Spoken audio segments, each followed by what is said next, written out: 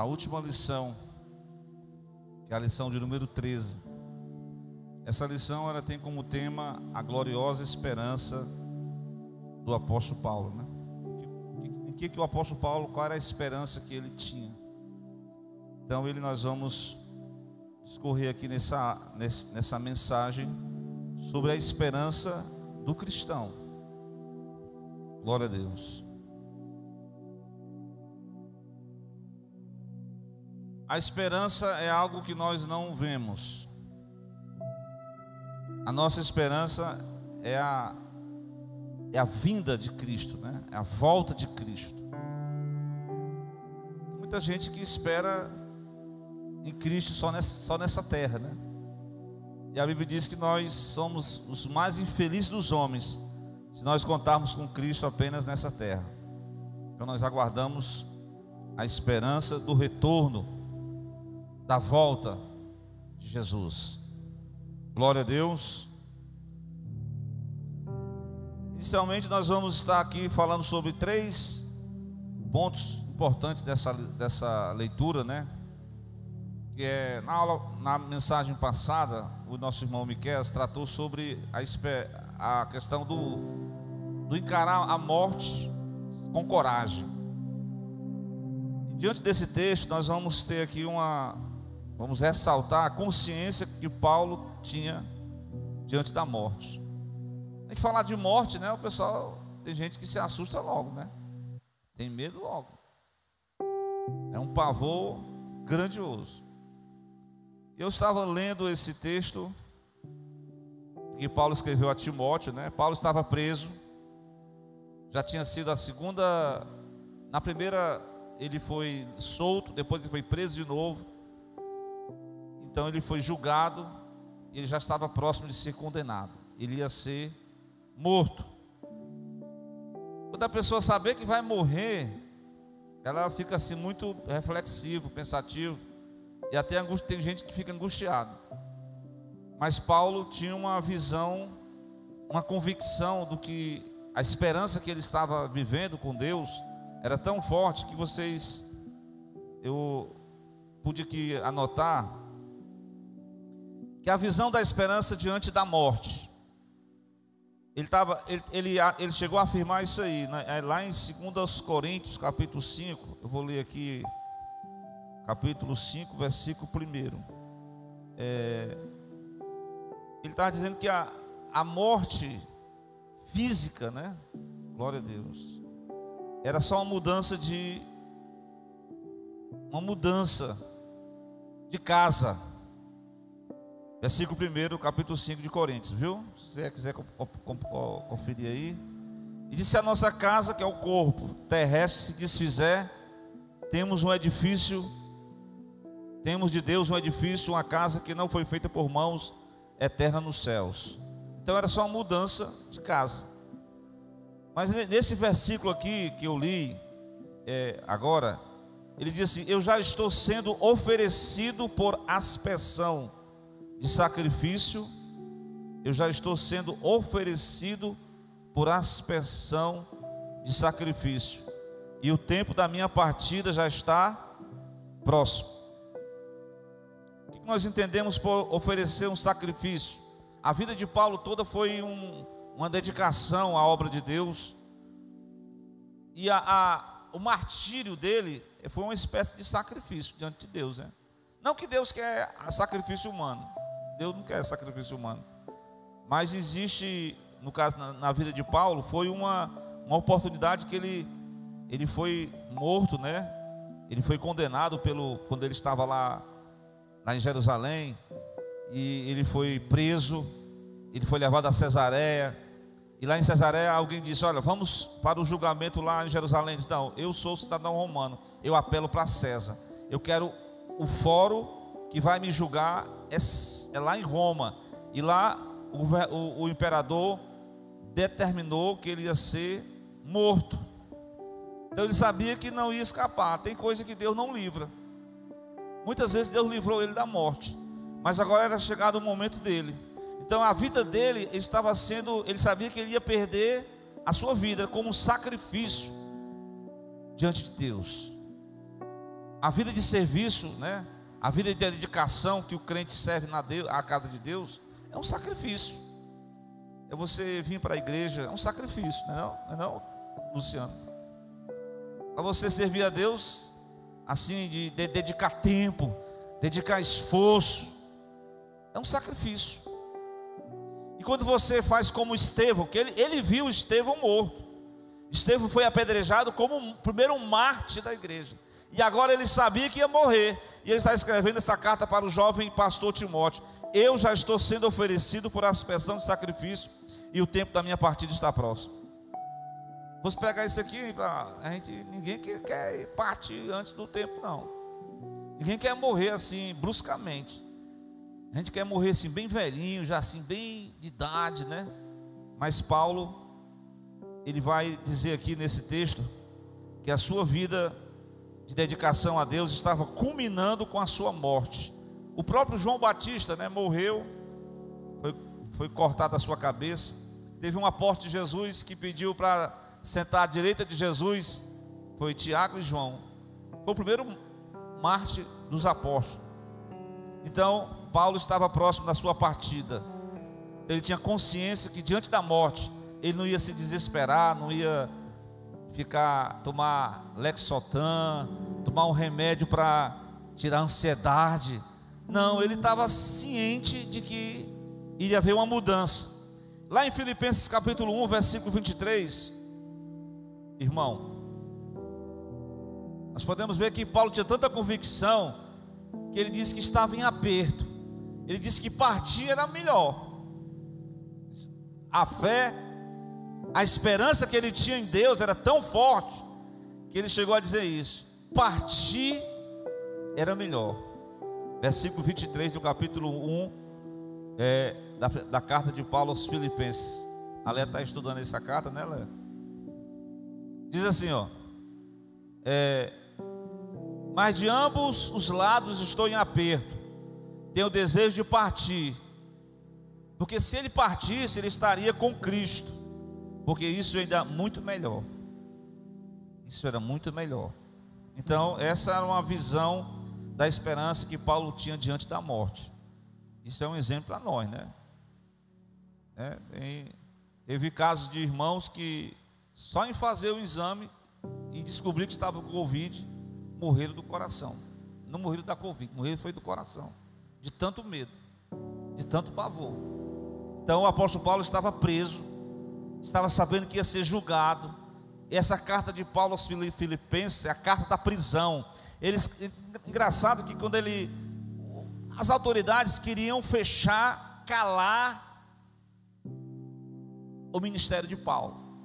E foi no momento que ele estava ali sem ir para as missões, sem visitar as igrejas, sem abrir novas frentes de trabalho, em que ele começou a escrever, a doutrinar as cartas da prisão, as cartas pastorais, as cartas pessoal, a carta de Filemon. Então ele escrevia e ele não parava. E agora ele está dizendo: a minha vida, eu estou chegando no final. Eu vou estar combatendo. Ele vai dizer assim: eu combati o bom combate. Glória a Deus. Então a consciência de Paulo diante da morte tinha uma visão muito, muito interessante sobre a esperança. O assunto aqui é a esperança, certo? Bem, a morte, na visão paulina, na visão do apóstolo, a nossa vida é como uma carreira, é como uma guerra. Quando você nasce, você já entra numa guerra. Quando você aceita Cristo, principalmente, você está declarando a sua guerra contra o hino 225. Diz: na batalha contra o mal, ser valente. Segue em marcha triunfal, ser valente. Então a guerra é uma guerra contra, eu vou dizer, uma guerra contra quem? A nossa guerra. Quais são os nossos maiores inimigos? É o irmão que está do nosso lado? É o nosso maior inimigo? Nós temos vários inimigos. Um dos principais é o inimigo de Deus. Esse aí não gosta do homem não gosta de você não. Ele não quer ver o seu bem não, quer ver a sua prosperidade não. Mas tem um inimigo que está morando com a gente. É a nossa própria natureza carnal. E a gente tem que fazer morrer essa natureza carnal para a gente viver espiritualmente. Senão a gente não consegue absorver de Deus a vida espiritual abundante. Então, irmãos, ele sabia que ele combateu, ele começou, ele guerreou, ele combateu o bom combate. Ele está dizendo assim: eu combati o bom combate. Aí ele está dizendo no versículo 7 que a vida espiritual, a vida ministerial é uma carreira. É uma carreira em que você, agora vai ser no dia 31, né, de dezembro, aquela corrida lá em São Paulo, São Silvestre. Eu vi um irmão comentando que tem umas pessoas que começam numa velocidade intensa. Quando chega na metade do caminho, estão tudo com a língua lá de fora, cansado. Tem um que começa só no compasso, e eles vão ganhando velocidade, eles vão ocupando velocidade, até chegar na reta final e ganhar o grande prêmio. Então, na carreira, na vida, essa comparação com o combate, e comparando com a carreira, você se dispõe a correr, e você chegar até o fim. Porque tem muita gente que do meio para o fim já está desistindo. Faz igual o povo de Israel. Passou o que passou. Quando chegou na metade da viagem, não querendo voltar. Você já percorreu a metade, você quer voltar na metade? É até falta de sensatez. Mas Paulo está dizendo: combati o bom combate, eu acabei a carreira, mas eu guardei a fé. Esse ponto de guardar a fé, irmãos, é muito importante. Porque ao longo do caminho as pessoas, elas correm, elas combatem, mas elas desistem, elas perdem a fé, elas perdem a esperança, elas criam um desamor pelas pessoas, elas não se vinculam com Deus, elas não criam amizade, e elas vivem uma vida ranzinza, uma vida cheia de raiva. E a Bíblia nos mostra que esse tipo de vida não é uma experiência boa. Nós temos que viver uma vida da plenitude, uma vida com Deus, uma vida cheia da esperança. E viver com esperança, como disse o próprio Salomão. Salomão vai dizer no livro dos Provérbios, capítulo 14, Provérbios 14, eu li esse versículo hoje, eu achei muito interessante, porque está uma cena assim de velório, né? As pessoas, irmãos, todos nós sentimos a perca, né? Mas a Bíblia, ela tem uma visão sobre o dia da morte. Veja aí o capítulo 14, 32. Glória a Deus. O que diz? O versículo 32 diz assim, ó, do capítulo 14 de Provérbios, Mário: pela sua malícia será lançado fora o ímpio, mas o justo, até na sua morte, tem esperança. Até na morte ele tem esperança. Porque para muitos o morrer acabou tudo. Tem até uns irmãos aí que acreditam nessa teoria, né? Que o sono da morte é um sono inconsciente, baseado em Eclesiastes, que na sepultura não há projeto, não há mais realizações. Isso do plano de vista material, porque nós somos corpo, alma e espírito, glória a Deus. Então, a visão, a esperança que Paulo tinha da questão da morte era isso. Ele sabia que até na hora da morte ele tinha uma esperança viva no seu coração, glória a Deus. Então, irmãos, outra coisa que ele coloca aqui, ó: eu desde agora a coroa da justiça me está guardada, a qual o Senhor, o justo juiz, me dará naquele dia, não somente a mim, mas todos aqueles que amarem a sua vinda. Então, a visão que Paulo tinha, a esperança que Paulo tinha na hora da morte é que ele ia ser recompensado. Em 1 Coríntios 15, versículo 58, ele diz: meus amados, sedes firmes e abundantes, sempre constantes na obra de Deus, sabendo que o vosso trabalho, Mário, não será em vão, mas será recompensado. Irmão, o teu trabalho que tu faz para Jesus não é em vão, Deus vai te recompensar. Então tudo aquilo que Paulo tinha se dedicado na obra, tinha evangelizado, tinha ensinado, tinha formado líderes, tinha aberto trabalho, tinha apanhado, tinha sofrido, tinha sido apedrejado, sofreu naufrágio, sofreu prisões. Ele disse: eu trago no meu corpo as marcas de Jesus. Mas ele viu que todo aquele trabalho, irmão, não foi em vão, porque Deus é o Deus que vai recompensar. Ele diz: desde agora a coroa da justiça está guardada para mim. A convicção que ele tinha que depois dessa vida ele ainda ia ser coroado pelo próprio Deus. Amém? Glória a Deus. Esse aqui é só o primeiro tópico, viu, irmãos? O segundo, ele vai expor a doutrina é uma palavra assim que a gente não escuta muito, mas vocês vão ouvir, já ouviram, né? Mas essa palavra assim é a doutrina da volta do Senhor. A gente não mais escutando mais sobre isso não, né? Porque tem crente que não quer que Jesus volte, não. Eles acharam tão bom aqui na terra, né? Mas a terra, para alguns, diz que o inferno é aqui na terra. Misericórdia. Se o inferno fosse bom assim, né? Mas a terra é o céu para o ímpio, para o incrédulo, certo? Então, a palavra que eu quero falar aqui é sobre a volta de Jesus, a doutrina da volta de Jesus. Jesus vai voltar quando? É a esperança da igreja. Quando? Alguém pode dizer a data, a hora, o mês? Ninguém pode dizer isso.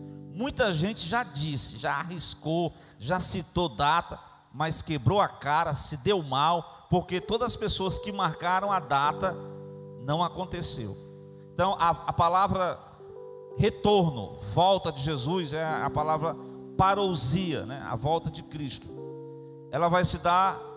Os discípulos ficaram admirados. Jesus olhou, falou para eles ficar em Jerusalém. Ele disse: mas quando é que vai acontecer tudo isso? Aí ele disse: não pertence a vós saber os tempos, as estações que o Pai estabeleceu pelo seu próprio poder. Mas aí vocês queriam que dá continuidade, né? A obra não pode parar. Então vamos falar aqui sobre a volta do Senhor. O capítulo 5, na verdade é o capítulo 4. Mas o capítulo 5, versículo 1, ele dá essa questão, né? Que é um assunto que Paulo começa no capítulo 4, na verdade. Estou lendo 1 Tessalonicenses, capítulo 4. É uma passagem que a gente conhece bem de cor, né? Quer dizer, principalmente quando a gente vai ministrar assim num momento de condolência, né, para os familiares, sempre lê essa mensagem, capítulo 4 de Tessalonicenses, versículo de número 13, 4:13, que diz o quê? Não quero, irmãos, que vocês sejam ignorantes acerca dos que já dormem, os que morrem, mas para que não vos entristeçais, como os demais. Olha aqui o que Paulo está colocando. Havia naquela época já pessoas que não acreditavam, que não tinham esperança. Então os demais não tinham essa esperança. E que esperança era essa? A esperança do versículo 14 diz que nós cremos que Jesus morreu e ressuscitou. Assim também todos que dormem em Jesus, Deus os tornará a trazer com Ele. Então a volta de Cristo. Aqui no tópico 2, vai falar sobre a doutrina bíblica de Paulo sobre a volta do Senhor. Então ele começa no capítulo 4, versículo 13 até o 18. Aí depois ele retorna no versículo 1 do capítulo 5, né? Vai falar sobre a parousia. Agora, quando nós falamos de parousia, a volta de Jesus, a gente vai entender uma coisa. A volta de Cristo, ela se dará em duas fases distintas, não é assim? Eu sei, quando eu explico essa questão das duas fases, quando eu vou lá para o livro de Daniel, a irmã Leia até não entende, né, a Léa, mas essas fases, né, Mário, é o seguinte: tem duas fases. Quando é que vai ser a primeira? A primeira vai ser exatamente isso que Paulo vai dizer assim, ó. Dizemos isso, capítulo 4 de Tessalonicenses, versículo 15. Dizemos isso pela palavra do Senhor, que nós que ficarmos vivos para a vinda do Senhor não precederemos que dorme, porque o mesmo Senhor descerá do céu com alarido, com voz de arcanjo, com a trombeta de Deus. Os que morrerem em Cristo restarão primeiro, depois nós que ficarmos vivos seremos arrebatados. Então, arrebatamento. Alguém acha que o arrebatamento é quando a pessoa morre, mas não. Quem foram as duas pessoas na Bíblia que experimentou o arrebatamento no Velho Testamento? Primeiro foi o Enoque, segundo foi Elias. Então o arrebatamento é uma realidade. É quando todos nós estamos aqui e quando Cristo tocar a trombeta, né? Os que estão em Cristo, os mortos ressuscitarão, os vivos serão transformados no abrir e fechar de olhos e seremos transladados, arrebatados. Quem não crê nessa mensagem, você tem direito de não crer, mas a incredulidade do homem não vai aniquilar os propósitos de Deus, que é a esperança que o crente tem com Deus é um dia chegar na eternidade. Glória a Deus. E a primeira fase da volta de Jesus é o arrebatamento da igreja.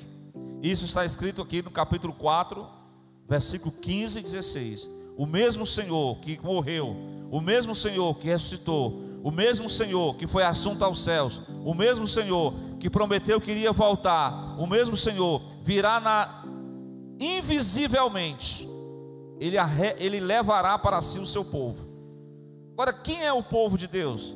Os nascidos de novo, os que viveram para Deus, os que não se contaminaram com este mundo, os que vivem para Cristo, os que se abdicaram do pecado. É claro que não há perfeitos, mas aqueles que se humilharam, que se arrependeram, que pediram perdão, esses são a geração do arrebatamento. Eu não sei quando é que vai ser. Já houve até revelações sobre a volta de Jesus, mas ninguém sabe o dia, nem a hora, nem um ano. Irmão, nem um ano, ninguém sabe. Nem um dia, nem um mês, nem um ano. Mas uma coisa é certa, nós temos que estar o quê? Esperando a volta de Jesus.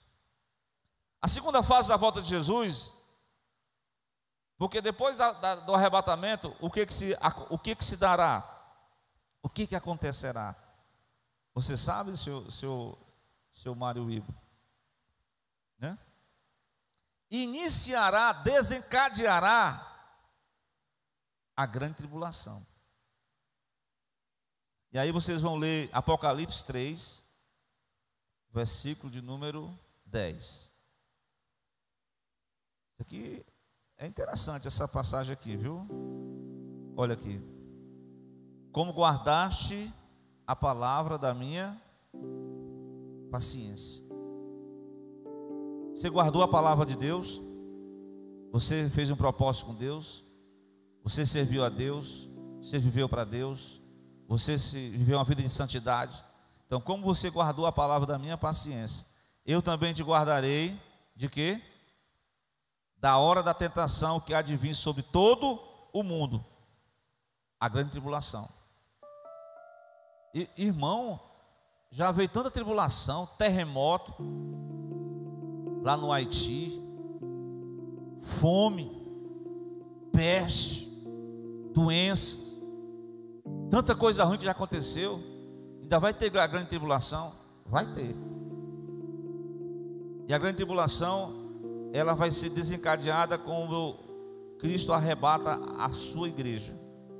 A igreja não é só um número de pessoas de uma determinada denominação. São todos aqueles que nasceram de novo, aqueles que foram se arrepender dos seus pecados, aqueles que se entregaram a Jesus, aqueles que viveram para Deus, aqueles que guardaram a palavra de Deus, aqueles que não se contaminaram com este mundo. Que Deus tenha misericórdia de nós, porque essa provação, essa tentação, ela vai vir sobre todo o mundo. Para quê? É um teste para provar os que habitam na terra, certo? No final da grande tribulação, a segunda fase da vinda vai ser desencadeada. E aí no Apocalipse capítulo 1, versículo 7, vocês podem ler, que diz que eis que como as nuvens, eis que venho como as nuvens, todo olho verá. Aqui é visível. e todo olho verá, até mesmo os que transpassaram, todas as tribos da terra se lamentarão sobre eles, sim. Amém. Aqui nós vamos ter a segunda fase da volta de Cristo. Mas é claro, na primeira fase há o arrebatamento e a ressurreição dos mortos. Aí nós vamos desencadear aqui, né, o procedimento, o processo do Apocalipse, que é o arrebatamento, em seguida a grande tribulação.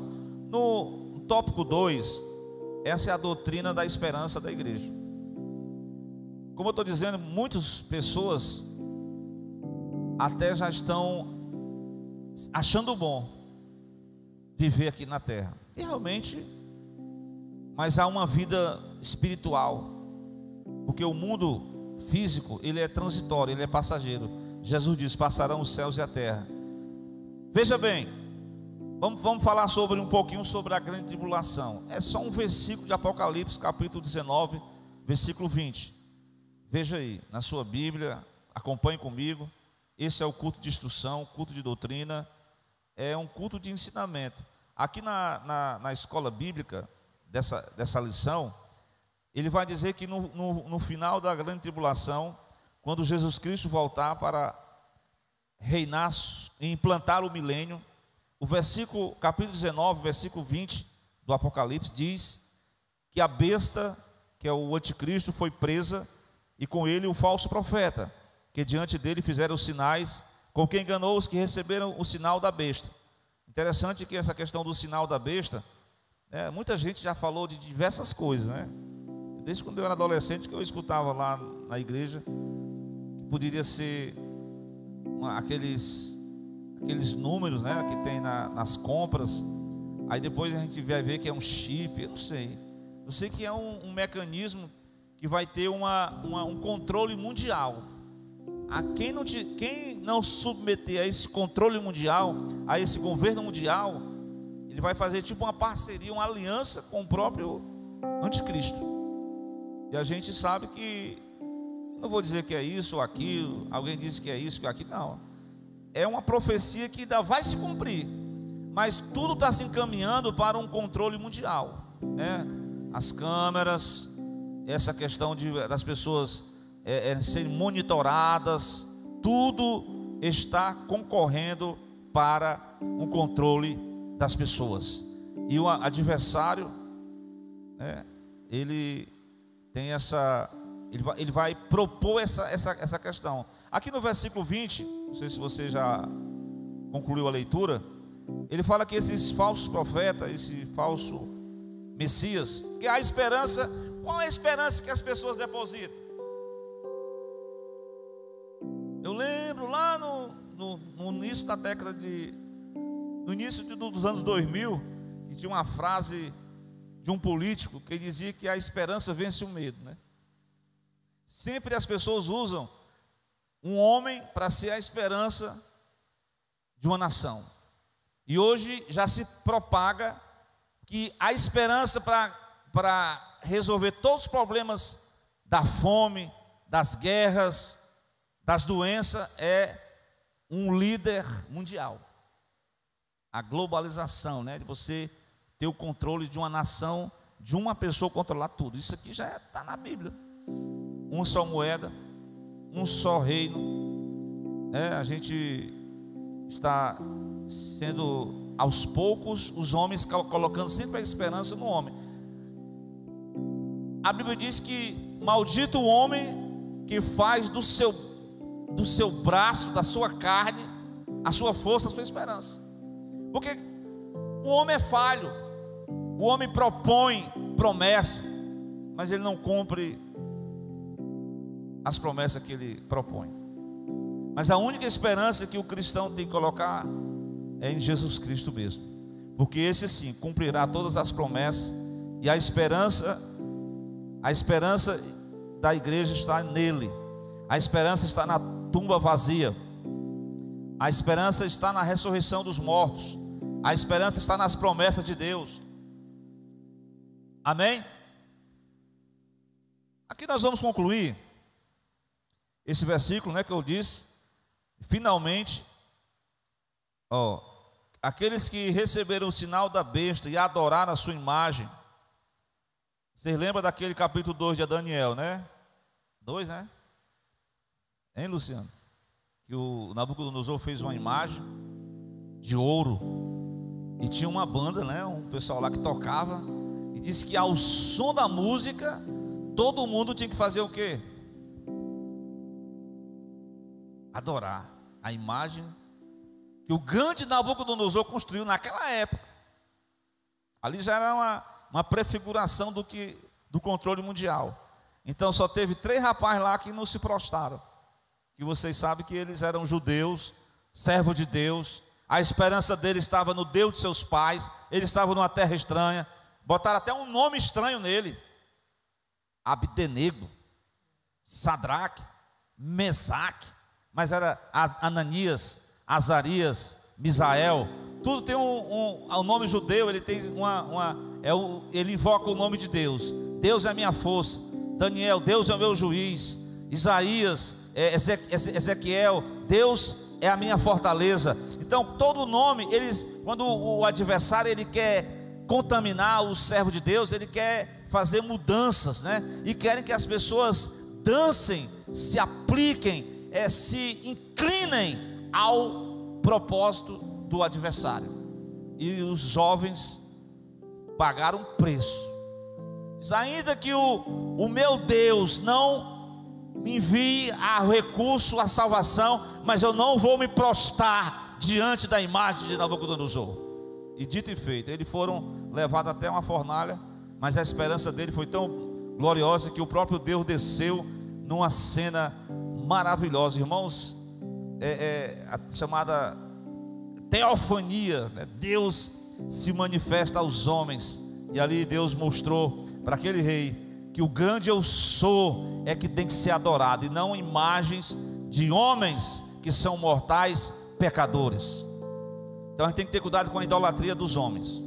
Tem gente que idolatra pessoas, artistas, políticos, jogadores, pessoas até de renome do meio gospel, são levantados como o próprio Elias era um homem que fez descer do céu, chover, descer o fogo, mas era um homem sujeito às mesmas paixões, fraco. O forte mesmo é Jesus Cristo, nele que está a nossa esperança. Amém? Vamos? Os influenciadores.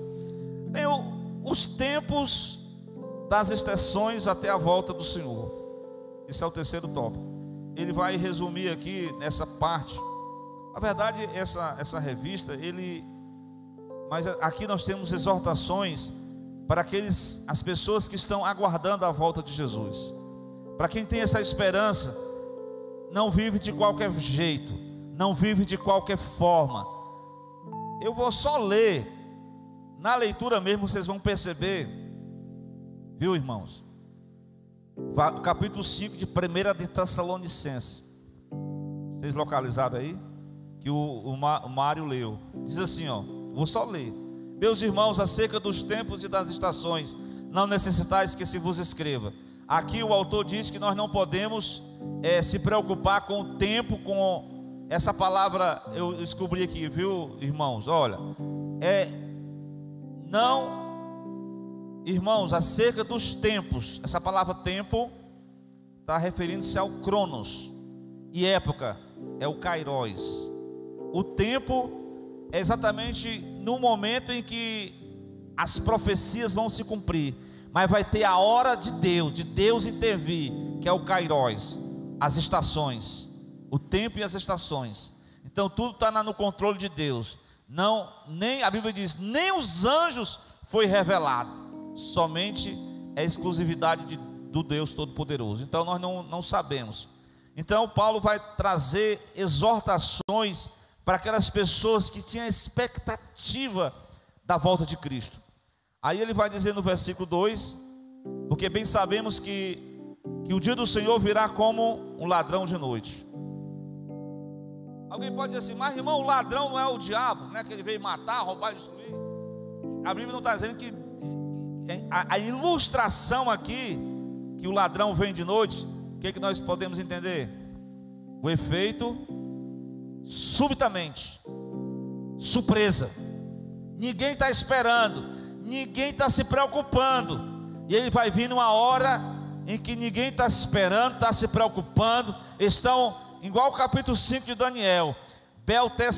Aquele rei, né, Beltesazar, estava lá, fez uma festa, fez um banquete, pegou os vasos da casa de Deus, colocou na época, se fosse hoje, colocou bebida alcoólica, vinho, e deu para as pessoas que foram convidadas, e de repente apareceu uma mão, e a mão trazia um julgamento sobre Beltesazar, e ele ficou atribulado, as pernas dele se tremiam, e ninguém conseguiu revelar, mas Deus usou Daniel para dizer que era chegado o dia do juízo, e que ele deveria se arrepender dos seus pecados, mas ele não deu ouvido à voz de Deus. Naquela mesma noite, ele recebeu ali a chancela como é que diz? Do juízo divino. Deus escreveu na parede, e na mesma noite se cumpriu. Ele foi julgado, morto, e o reino dos babilônios, caldeus, foi lançado por terra. Então é assim que acontece, irmãos. Aqui nós temos várias questões que aqueles que esperam a volta de Jesus devem estar se preocupando. É para nós, porque vai ter um momento em que ele diz assim: haverá paz e segurança, mas não coloque a sua esperança nas coisas deste mundo. Quando disserem haverá paz e segurança, tenha cuidado, pode vir uma repentina destruição, porque a esperança humana, ela não resolve algumas questões, mas somente Deus é que tem a esperança certa, duradoura e eterna. Então, meus irmãos, eu vou só continuar como eu disse lendo. Nós não somos, mais versículo 4: mas vós, irmãos, já não estáis em trevas, para que aquele dia não vos surpreenda como ladrão. Nós somos filhos da luz, versículo 5, filhos do dia, nós não somos da noite nem das trevas. Aí ele dá uma exortação para nós aqui: não durmamos. Esse dormir aqui, é claro que todo mundo tem que dormir, né? Quem que consegue ficar acordado? Mas é o dormir espiritualmente, é o dormir que fica relaxado, negligente. Os demais é porque todo mundo está nessa falta de expectativa, não tem esperança, então estão tudo apáticos, insensíveis. Mas ele diz: vigiemos, irmãos, sejamos sóbrios, estejamos esperando a volta de Jesus com sobriedade, com vigilância, porque os que dormem, dormem de noite, os que se embebedam, embebedam-se de noite. Está falando aqui de um mundo que está numa devassidão, no pecado. Eles são filhos da noite, eles são filhos das trevas, eles não têm compromisso, eles não têm esperança da volta de Cristo. Então eles estão dando lugar, evasão à carne. Mas nós, versículo 8, que somos do dia, nós temos que ser sóbrios, vestidos da couraça da fé, do amor, tendo por capacete a esperança da salvação. Então Deus não nos deixou a gente para a ira, mas para a aquisição da salvação por nosso Senhor Jesus Cristo, que morreu por nós, para que vivamos, quer durmamos, e vivamos juntamente com Ele. Por isso, nessa noite, nós somos exortados por Deus a uma vida de vigilância, a uma vida de pureza, a uma vida de compromisso, a uma vida de santidade, porque ser cristão é uma renúncia. Ser cristão é estar com essa esperança de que Jesus Cristo voltará em breve. Já são mais de 2000 anos que a gente escuta essa mensagem. Quer dizer, que ao longo da história vem se pregado, que ao longo da nossa infância, da nossa juventude, que nós ouvimos, mas os homens não estão dando crédito. Mas não importa a credulidade dos homens, o importante é que a fidelidade de Deus, ela vai cumprir tudo no tempo e no Kairos, na intervenção divina. A qualquer momento Jesus virá outra vez. Então que nós possamos, nós que estamos afastados do Evangelho, vamos se reconciliar com Deus. Nós que ainda não decidimos a nossa vida para Jesus, vamos ficar de pé? Vamos aceitar Jesus, vamos confessar a Ele como Senhor nas nossas vidas. Se nós que estamos assim fracos, estamos assim meio capenga, vamos se firmar os nossos passos, vamos se fortalecer na fé, vamos olhar somente para Ele, porque Há muitos que estão embriagados com o sono deste mundo. Como eu falei no capítulo 5 de Daniel, estavam embriagados, estavam totalmente desatentos. O Senhor virá como ladrão de noite. É o elemento surpresa. Ninguém sabe o dia, nem a hora, nem o ano, nem o mês, nem nada. Mas uma coisa é certa: possamos estar nessa noite esperando a volta de Cristo. Glória a Deus. Amém?